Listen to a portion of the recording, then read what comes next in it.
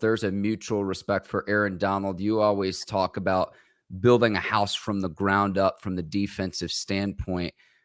It starts in the A gaps and B gaps, and Donald, regardless of who's lined up across him, how you try to game plan for him, just consistently seems to make plays. I mean, to me, the game's going to really determine of how effective TJ Watt and Alex Highsmith can be, and then what can Aaron Donald do from the Rams standpoint. That, to me, is really the key to this one. What say you, Ike Taylor, though? Nah, you know I've been messing with Aaron Donald since he was at Pitt, and he playing the Pittsburgh Steelers. So we always in the same building because we share the same building, the Pittsburgh Steelers and the Pittsburgh Panthers. So Aaron Donald to me is like Mike Tyson in his prime, and everybody used to talk smack before they got in the ring with Mike Tyson, and that's how I feel about Aaron Donald. So it's like everybody got a plan until we get in the ring, and then your plan just go away because I hit you so hard, and you just forget about life.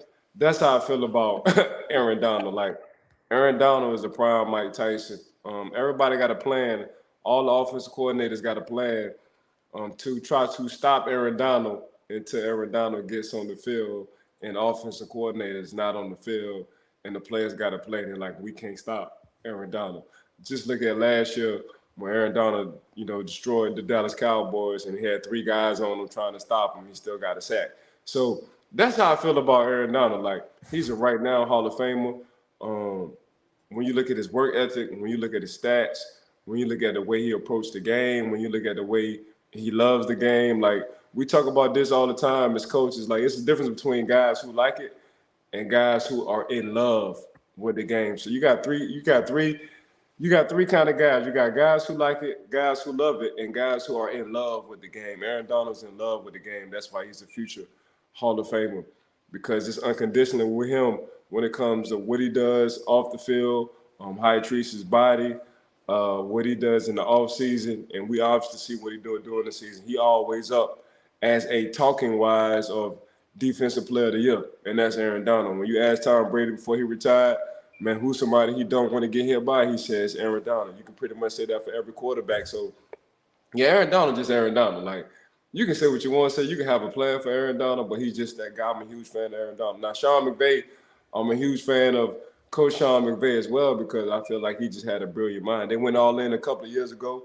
on winning the Super Bowl. They wound up winning the Super Bowl. Now they're in like a disarray because of the salary cap and the high cap guys they had at the time.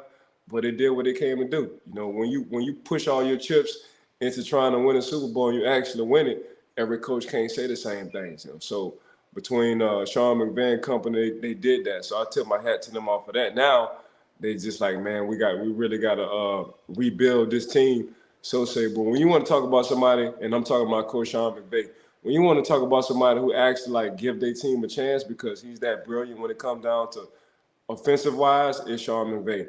Now I do agree with you, Jay, when it comes down to running the ball. And as you start to see, like in the 7th week of the season, like running the ball in high scoring games, and it's not no more. So when you get into week number 7, there is no such thing as like high fantasy points. You know what I'm saying? Because the high fantasy points are coming at a minimum. The really true test was the 42-10 San Francisco 49ers and the Dallas Cowboys. But other than that, if you look at last week, the Bills had a tough game. The Philadelphia Eagles wound up getting beat. The San Francisco 49ers wound up getting beat in Cleveland. Like, this is playoff football. And I say it all the time. Once the weather get cold, the game's gonna be low scoring. And guess what the weather is doing right now? The weather is getting cold. So everybody know everybody right now. So right now it's a chess match. Now, in week 10, when all the good coaches figure out what all the other good coaches doing, it's gonna be like high scoring games. Then when the playoff come, it's all the way low scoring games. But right now, man, we just had a merge in the season where you're not gonna see any high scoring games. And that's just how it's always been when you've been a player. Like, through week 7 through week 8, man, games gonna be low scoring. The first 4 weeks, everybody's just trying to figure out everybody. So, but when it comes down to good head coaches, you got to put Coach Sean McVay as in a brilliant mind, as I would say, in them. But I do agree with you, Jay. Like, if you ain't running the ball, you ain't winning no games. You know, just look at what the Jets are doing right now. Brees Hall been saying like, just give me the ball, and everybody thought he was pouting a bit egotistic.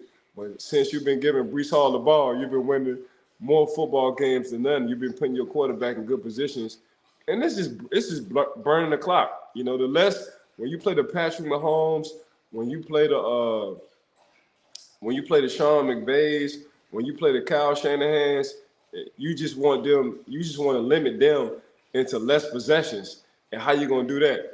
You run the ball. So when you got the Fords, when you got the Kareem Hunts for the Cleveland Browns, you run the ball and it limits your good quarterbacks to less possessions. When you got the Brees Halls, you limit other teams to less possession. And that's just playoff football. It's boring football. People don't like it. But as a coach, man, you ain't worrying about boring. You worrying about the left-hand column. The left-hand column gonna get you paid, and everybody and everybody else gonna win Super Bowl. So that's just what it is in my mind. Jake, anything you want to piggyback off of there? There's quite a bit. I can fill in if you need to, but anything you want to. I didn't want to interrupt you, Ike. It was great insight. Yeah, I think it's funny because the Rams, they absolutely went all in, got the Super Bowl. I just think one thing that a lot of people don't realize is what Raheem Morris is doing with this defense. And, I think the cool thing that we've seen through the first 6 games of the year for the Rams is that while they've battled adversity and they've lost some, against good teams, and you could say, okay, they haven't beaten anybody good except for Seattle week 1. You can push back on just about anything that is directed at Raheem Morris because, last year you can't say, well, Raheem had Aaron Donald, because when Raheem didn't have Aaron Donald, he was still making things work.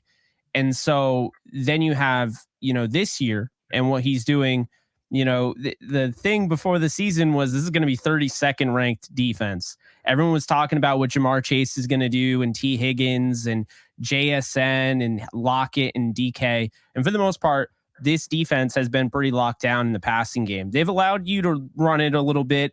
And if you have a mobile quarterback, like I think Kenny Pickett could have some rushing yards in this game. They've struggled with that to a degree. But I've been impressed without like a true pass rush. I've been so impressed with the secondary.